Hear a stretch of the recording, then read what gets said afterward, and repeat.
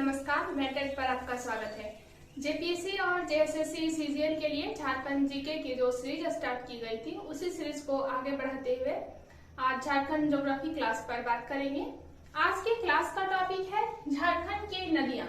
झारखंड की नदियां का इससे पहले मैं 5 क्लास ले चुकी हूँ। आज 6ठे क्लास पर बात करेंगे। आइए क्लास की शुरुआत करते हैं। आज के क्लास में झारखंड की नदियां में उत्तरी अपवाह तंत्र की नदियां को देखने वाले हैं। झारखंड की अपवाह प्रणाली को 5 भागों में बांटा गया था, जिसमें आज लास्ट है 5वें नंबर का है उत्तरी अपवाह तंत्र की नदियां।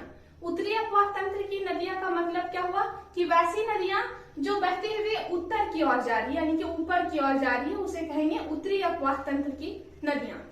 उत्तरी अपवाह तंत्र की नदियां में मुख्य रूप से सकरी नदी, पुनपुन नदी, फल्गु नदी और चानन नदी। पुनपुन नदी, फल्गु नदी, चानन नदी और सकरी नदी को देखने वाले हैं। देखिए, सबसे पहले सकरी नदी को देखते हैं, फिर आगे बढ़ेंगे पुनपुन की ओर। तो सकरी नदी के बारे में क्या देखना है कि सकरी नदी कहाँ से निकलती है, इसका उद्गम स्थल कहाँ है और मुहाना कहाँ है। उद्गम स्थल का मतलब होता है जहां से नदी निकलती है और मुहाना का मतलब होता है जहां नदी जाके मिलती है। नदी का नाम क्या है? सकरी नदी। किस अपवाह तंत्र में आता है? तो उत्तरी अपवाह तंत्र की नदी में। उत्तरी अपवाह तंत्र का मतलब समझ गए कि जाके बहते हुए या उत्तरी अपवाह तंत्र ऊपर की ओर चली जाएगी, यानी कि उत्तर की ओर बहते हुए जाएगी, इसीलिए इसको क्या है उत्तरी अपवाह तंत्र की नदियां। तो सकरी नदी का मुहाना कहाँ है? छोटा नागपुर का पठार। छोटा नागपुर का पठार मतलब छोटा नागपुर से, यानी कि झारखंड से निकल रहा है तो झारखंड की नदियां पड़ गई, तो इसका मुहाना बोलेगा छोटा नागपुर का पठार। छोटा नागपुर पठार से निकलते हुए यह गंगा नदी में जाके मिल जाती है। ठीक है, छोटा नागपुर का पठार से निकलती है सकरी नदी और गंगा नदी बिहार जाके गंगा नदी में मिल जाती है। इसकी सहायक नदियां हैं, इसकी 2 सहायक नदियां हैं, मोरहर नदी और किऊल नदी। मार्ग बदलने में कुख्यात। सकरी नदी मार्ग बदलने में बहुत ही कुख्यात है।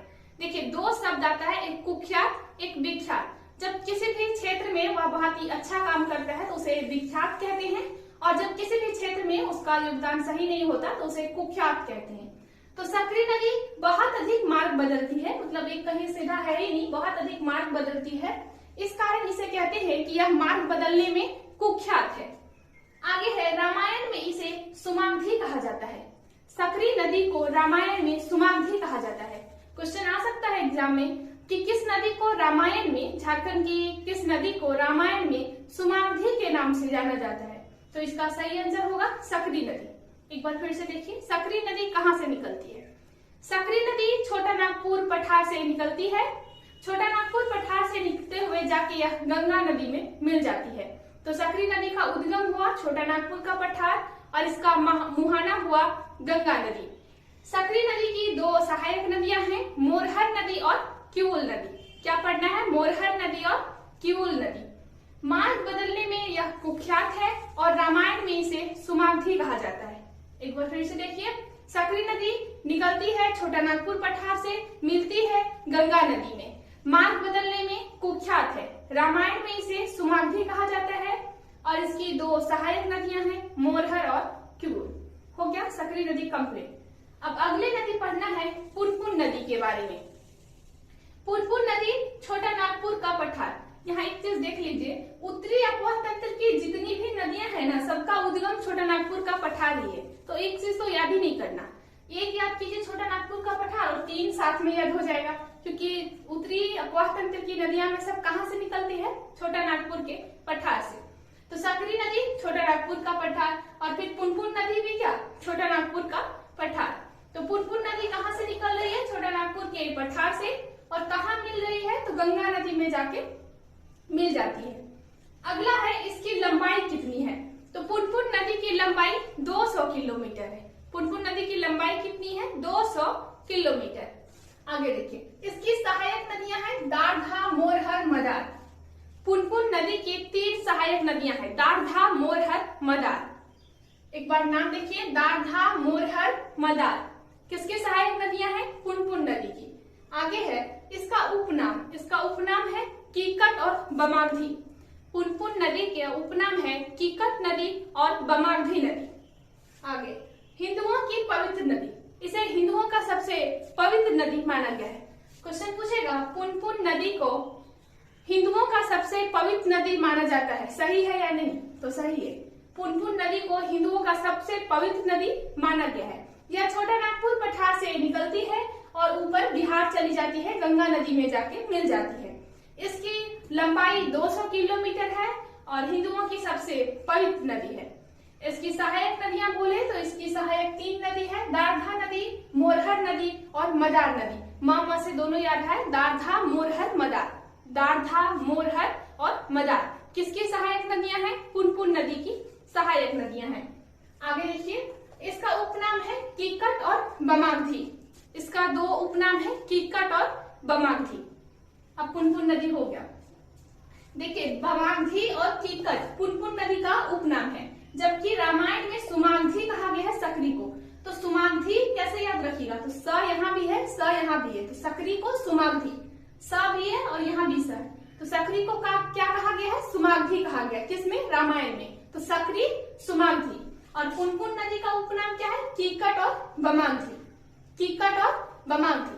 तो फिर से देखिए, सकरी नदी। सकरी नदी छोटा नागपुर पठार से निकलती है, गंगा नदी में मिल जाती है। सकरी नदी को रामायण में सुमागधी कहा जाता है। और इसके अलावा सकरी नदी मार्ग बदलने में कुख्यात है। इसकी 2 सहायक नदियां हैं, मोरहर नदी और क्यूल नदी। मोरहर और क्यूल हो गया। अब आया पुनपुन। पुनपुन नदी भी छोटा नागपुर पठार से निकलती है और जाके गंगा नदी में बिहार साइड मिल जाती है। इसकी लंबाई 200 किलोमीटर है। इसकी सहायक नदियां हैं 3, दारधा, मोरहर और मदार। इसकी 3 सहायक नदियां हैं, दारधा, मोरहर और मदार। आगे उपनाम इसका है कीकट और बमागधी। यह हिंदुओं की सबसे पवित्र नदी है। दोनों नदी हो गया, सकरी नदी और पुनपुन नदी। अब चलते हैं फल्गु नदी पर। अब आते हैं फल्गु नदी। फल्गु नदी देखिए कहाँ से निकलती है? छोटा नागपुर पठार से निकलती है। फल्गु नदी मिलती कहाँ है? तो जाके गंगा नदी में मिल जाती है।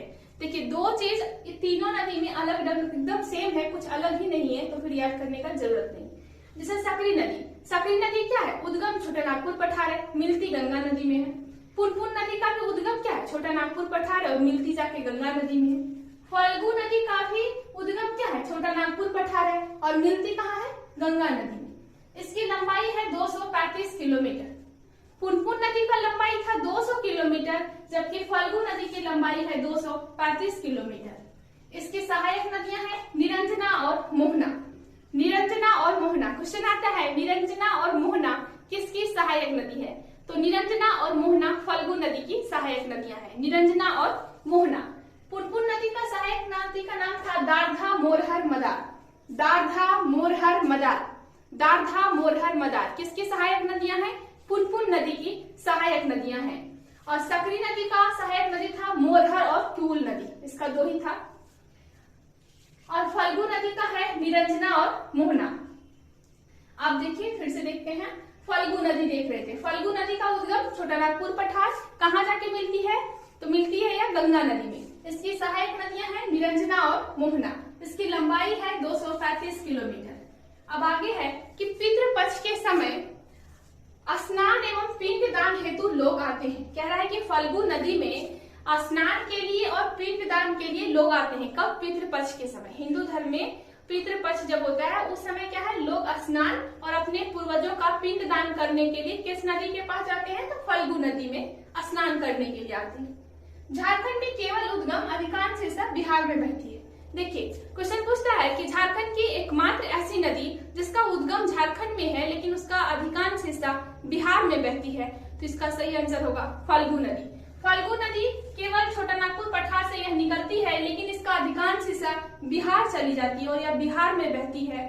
इस कारण यह लिखा हुआ है कि झारखंड में केवल उद्गम है, अधिकांश हिस्सा कहाँ बहती है? बिहार में बहती है। कौन सी नदी की? फल्गु नदी। फल्गु नदी पितृपक्ष के समय, हिंदू धर्म में पितृपक्ष के समय लोग स्नान करने के लिए कहाँ आते हैं? फल्गु नदी के पास। फल्गु नदी की लंबाई 235 किलोमीटर।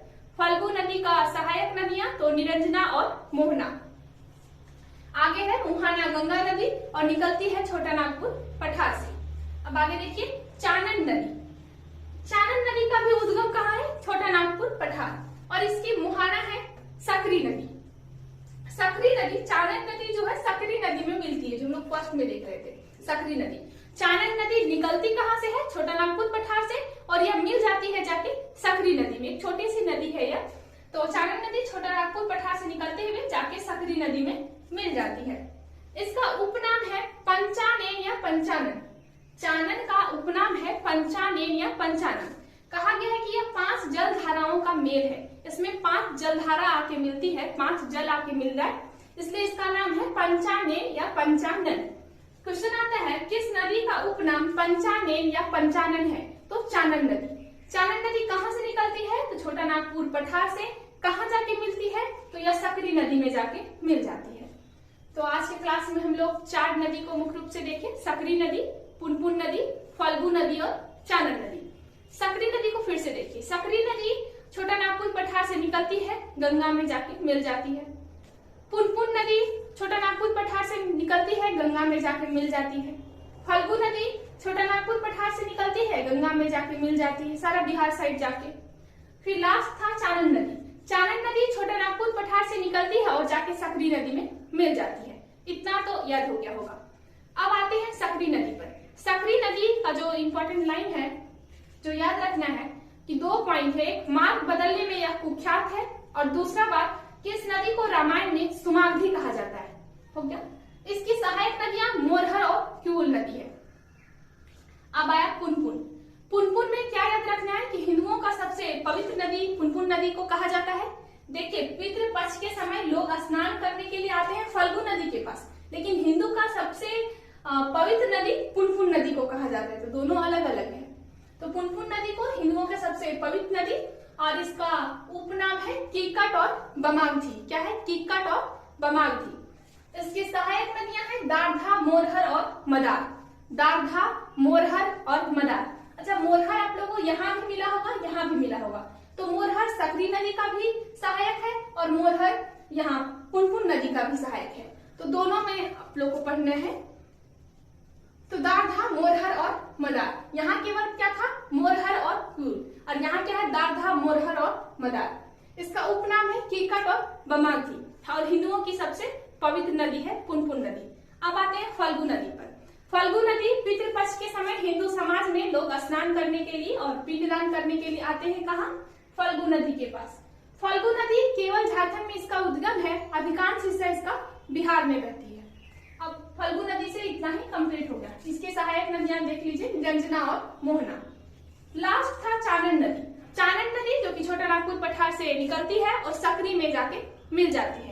चानन नदी में कहा गया है कि 5 जलधाराओं का मेल है, इसलिए इसका नाम पंचानन और पंचानेन भी है।